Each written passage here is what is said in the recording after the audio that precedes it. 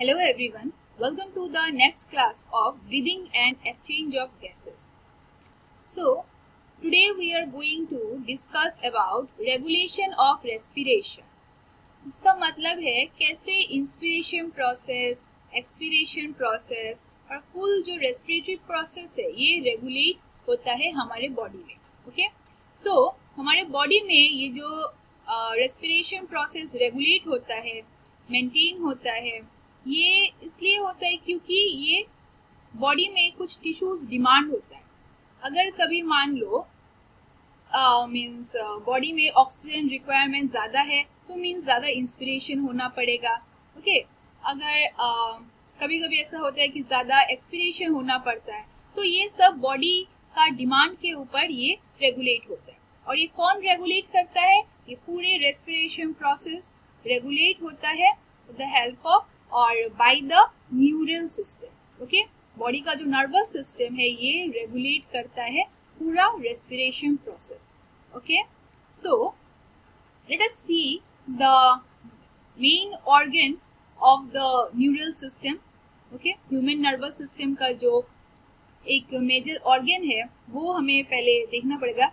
This is the structure of human brain. Okay, so human brain में दो reason है. ये है एक पॉन्स रीजन और इसके जस्ट नीचे है मेडुला, और इसको मेडुला ऑब्लोंगेटा भी कहा जाता है.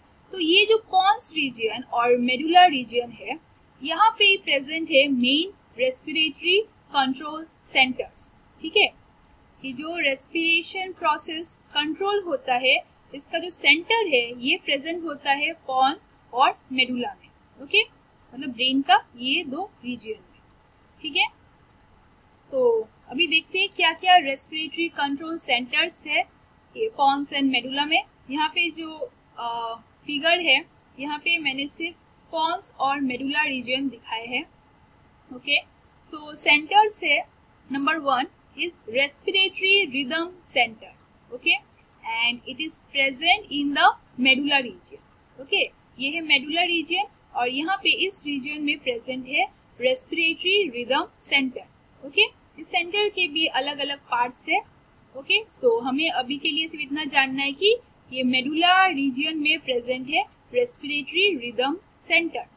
Okay, next is pneumotaxic centre. तो निमोटैक्सिक सेंटर है ये प्रेजेंट है पॉन्स रीजन में. ठीक है, ये पॉन्स रीजन है, यहाँ पे देख सकते हैं ये है आपका pneumotaxic centre. Okay, and the third one is chemosensitive area. Okay, and this area is present adjacent to the rhythm center.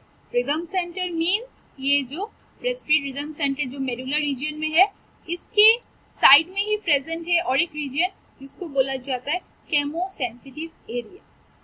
Okay, ये है ब्रेन का दो region pons and medulla. Pons region में प्रेजेंट है एक रेस्पिरेटरी कंट्रोल सेंटर जिसको बोलते हैं pneumotaxic centre, and medullary region में प्रेजेंट है रेस्पिरेटरी रिदम सेंटर, और ठीक रेस्पिरेटरी रिदम सेंटर के साथ ही प्रेजेंट है और एक रेस्पिरेटरी कंट्रोल सेंटर जिसको बोलते हैं केमोसेंसिटिव एरिया. ठीक है, अभी हम देखते हैं कैसे ये तीनों सेंटर हेल्प करते हैं in the regulation of respiration. Okay, so first one is respiratory rhythm centre. What it does, it is responsible for regulation of respiration. जो respiration process है, inspiration, expiration, जो ultimate जो regulate करना है कितने speed से और कितने pace से inspiration होगा, expiration होगा. ठीक है, ये पूरे जो उसका rhythm है, ये जो उसका speed है, ये maintain किया जाता है with the help of this center, respiratory rhythm center. ठीक है, अभी इस center को कौन कौन help करता है? ये बाकी दोनों जो सेंटर है ये हेल्प करते हैं. कैसे वो देखते हैं.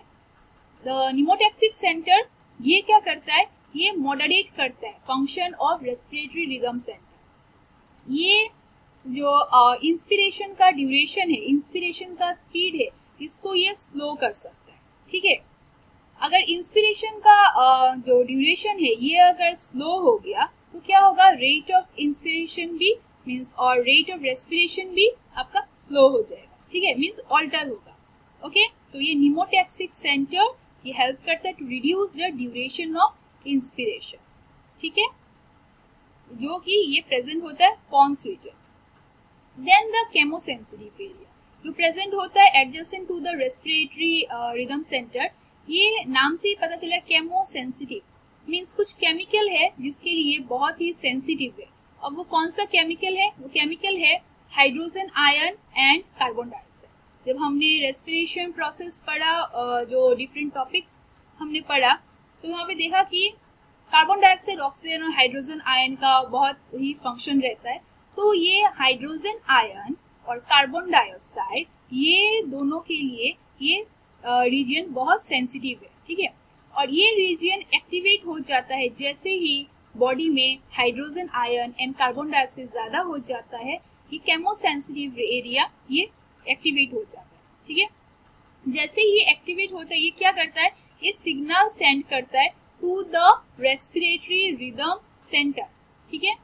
ये केमोसेंसिटिव एरिया ये एक्टिवेट होता है जब hydrogen ion and carbon dioxide ये बॉडी में इंक्रीज हो जाता है, ओके। जब ये इंक्रीज हो जाता है तब ये सिग्नल सेंड करता है to the respiratory rhythm centre, मतलब इसको यहाँ पे ये सिग्नल सेंड करता है और सिग्नल सेंड करने के बाद ये हेल्प करता है to regulate the respiration process, okay. अब ये जो सिग्नल सेंड करता है, ये केमोसेंसिटिव एरिया में इसको सिग्नल आता है कि हाइड्रोजन आयन ज्यादा हो गया, कार्बन डाइऑक्साइड ज्यादा हो गया। ये इसको कौन सिग्नल सेंड कर रहा है? क्योंकि ये केमोसेंसिटिव एरिया भी ब्रेन में प्रेजेंट है, ठीक है। और हमने जो रेस्पिरेटरी सिस्टम देखा है वो होता है nasal cavity, then trachea, lungs में ये सब होता है, ठीक है। तो मीन्स देन जो रेस्पिरेशन प्रोसेस होता है वो लंग्स से मीन्स एल्वियोली से through blood vessel different tissues में जाता है, ठीक है। तो वहां पे दो ब्लड वेसल है, one is aortic art and another one is carotid artery, ठीक है। ये दोनों ब्लड वेसल ये हेल्प करता है सिग्नल सेंड करने में कि कार्बन डाइऑक्साइड ज्यादा हो गया, हाइड्रोजन आयन ज्यादा हो गया, ठीक है। ऑर्टिक आर्ट ये प्रेजेंट होता है हार्ट में प्रेजेंट होता है। और ये कैरोटिड आर्टरी जो है ये ब्लड वेसल है इन द ब्रेन में जो आर्टरीज है उसको बोलते हैं कैरोटिड आर्टरी, ठीक है।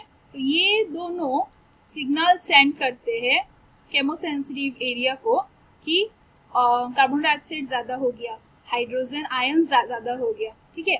और as a result chemosensitive area respiratory rhythm centre को सिग्नल सेंड करता है।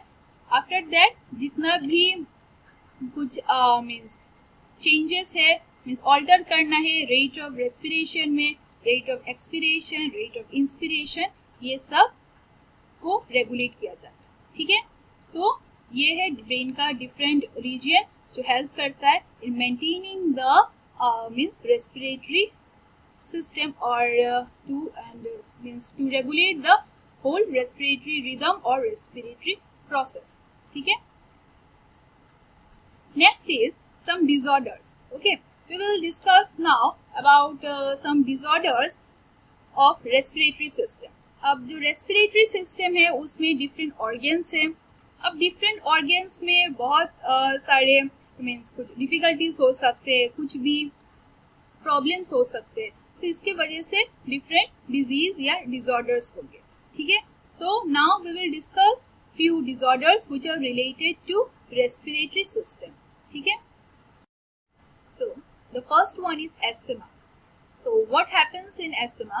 It is an allergic reaction, ठीक है, जो अगर मीन्स थ्रू इंस्पिरेशन कुछ अगर एलर्जिक सब्सटेंस है वो रेस्पिरेटरी ट्रैक्ट में आता है और बॉडी में एलर्जी होता है, ठीक है। तो एज ए रिजल्ट क्या होगा कि बहुत ज्यादा म्यूकस हो जाएगा रेस्पिरेटरी ट्रैक्ट में। अगर म्यूकस हो गया मीन्स जो रेस्पिरेशन प्रोसेस ये होने में प्रॉब्लम होगा, ब्रीदिंग सिंपल ब्रीदिंग करने में बहुत ही प्रॉब्लम होगा, ठीक है। तो इसका सिम्टम्स है coughing, wheezing and there will be difficulty in breathing, ठीक है। ये है asthma which occurs due to allergic reaction. तो टू प्रिवेंट दिस डिजीज क्या करना पड़ेगा कि अगर कोई एलर्जिक सब्सटेंस है तो उससे दूर रहना पड़ेगा ताकि वो एलर्जिक रिएक्शन ना हो, okay. Next one is emphysema. So it is a disease which occurs in bronchioles or alveolar sac. Means bronchioles और alveolar sac ये inflate हो जाएगा, ये थोड़ा बड़ा हो जाएगा, होके ये fill हो जाएगा with air. उसमें एयर प्रेजेंट रहेगा एल्वियोलर सैक में. मींस आफ्टर एक्सपिरेशन करने के बाद भी एल्वियोली में एयर रह जाएगा. एज ए रिजल्ट क्या होगा, लंग्स का जो साइज है वो बड़ा हो जाएगा. ठीक है, और इससे जो एल्वियोलर वॉल है वॉल भी डिस्ट्रॉय हो जाएगा. ठीक है, और ये जो डिजीज है एम्फाइसेमा ये होता है बिकॉज ऑफ स्मोकिंग और inhalation of any other kind of smokes. ठीक है, स्मोक्स और स्मोकिंग करने से ये एम्फाइसेमा डिजीज होता है, जिससे जो एल्वियोलर सैक है वो डिस्ट्रॉय हो जाता है और एल्वियोलर सैक वो इन्फ्लेट हो जाता है.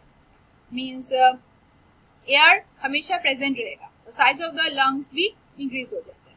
ठीक है, next one is pneumonia and this disease pneumonia is caused by bacterium streptococcus pneumoniae. Okay, ये एक बैक्टीरिया है streptococcus pneumoniae. Streptococcus is the genus and pneumoniae is the species. ठीक है, तो इस बैक्टीरिया की वजह से ये डिजीज होता है निमोनिया. इसमें भी क्या होता है कि एल्वियोली जो है वो इन्फेक्ट हो जाता है, एल्वियोली इन्फेक्टेड हो जाता है और एल्वियोली हमेशा फ्लूइड से फिल रहता है. ठीक है, एम्फाइसेमा में हमने देखा कि एल्वियोली में एयर प्रेजेंट रहता है. निमोनिया में क्या होता है, एल्वियोली में हमेशा फ्लूइड रहता है. ठीक है, फ्लूइड रहता है और जो डेड व्हाइट ब्लड सेल है वो रहता है. व्हाइट ब्लड सेल ब्लड में प्रेजेंट, ब्लड में आरबीसी प्रेजेंट होता है, डब्ल्यूबीसी प्रेजेंट होता है.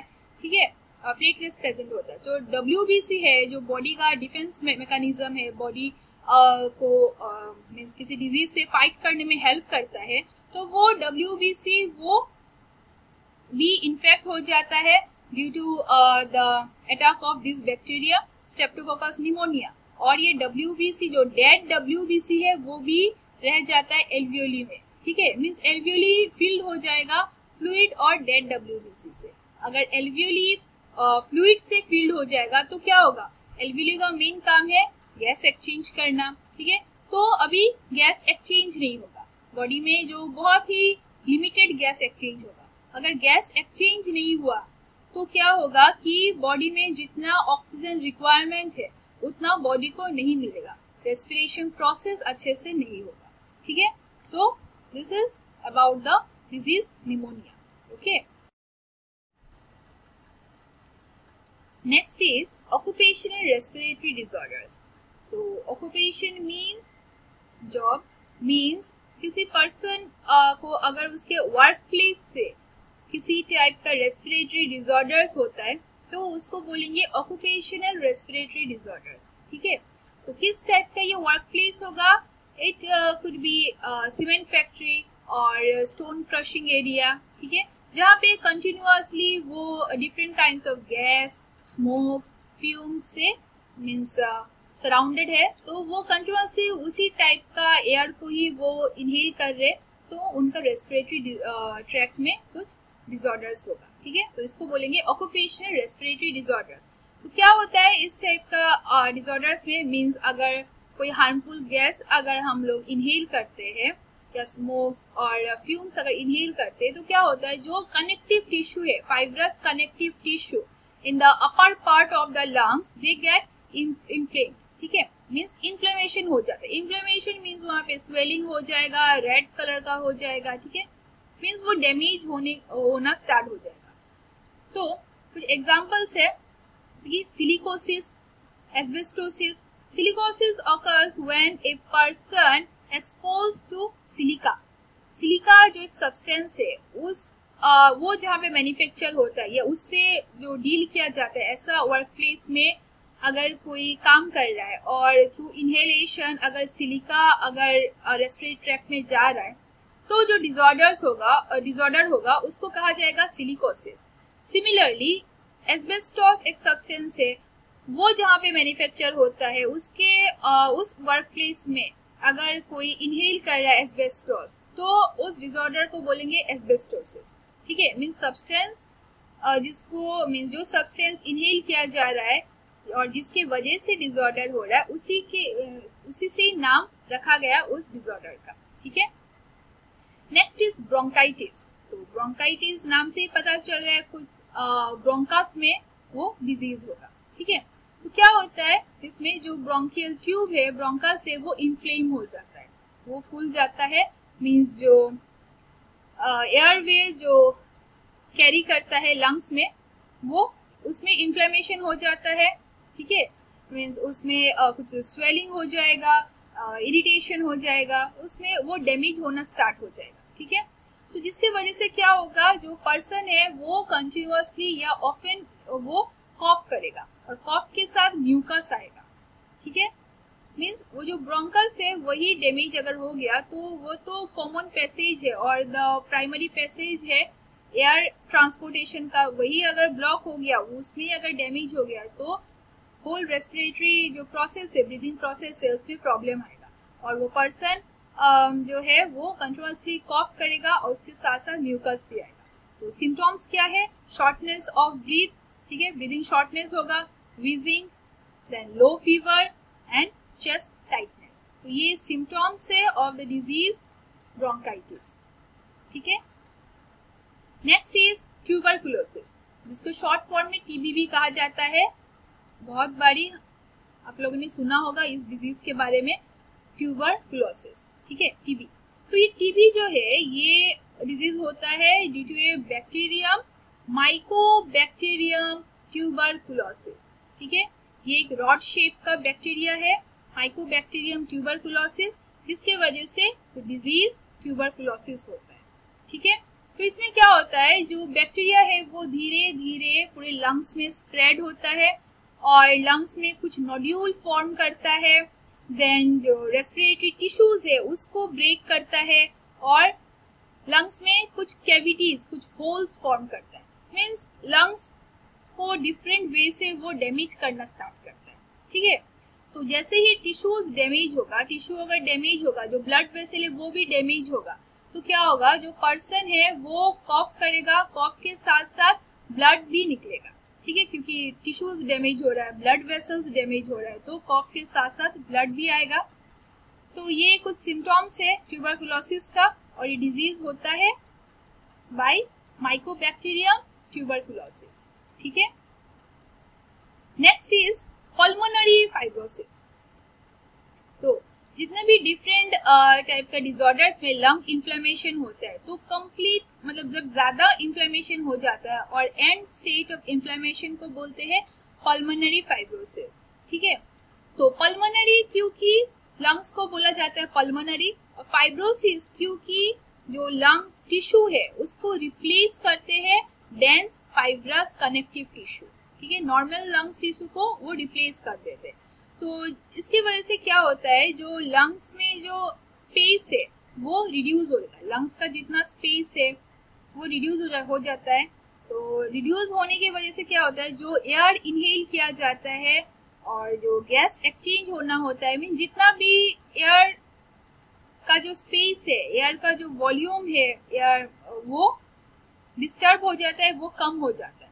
तो एज ए रिजल्ट कम इनहेलेशन होगा, मीन्स स्टोर कम होता है लंग्स में, एक्सचेंज ठीक से नहीं होगा, जितना भी रेस्पिरेटरी प्रोसेस है सब में ये इंटरफेयर करेगा। ठीक है, ये कनेक्टिव टिश्यू। ठीक है। और इसका सिम्टम्स है dry cough, shortness of breathing, specially during exercise. जब एक्सरसाइज किया जाएगा तब सांस लेने में प्रॉब्लम होगा, फिर ड्राई कॉफ होगा। ठीक है, ये सब होगा, मीन्स ये सब है symptoms of pulmonary fibrosis. Pulmonary means lungs, fibrosis means the fibrous tissue. ठीक है, यहाँ से ये नाम आया pulmonary fibrosis. It is the end stage of lung inflammation. ठीक है, तो जिसकी वजह से इन्फ्लेमेशन होके लंग का स्पेस रिड्यूस हो जाएगा, तो जितना भी inhalation, expiration means air store करने का जो स्पेस है वो रिड्यूस हो जाएगा। तो अल्टीमेटली जो रेस्पिरेशन प्रोसेस है, ब्रीदिंग प्रोसेस है, उसको इंटरफेयर करेगा। Okay, so that's all about different types of respiratory disorders. Okay, so with this we have completed our chapter. So thank you.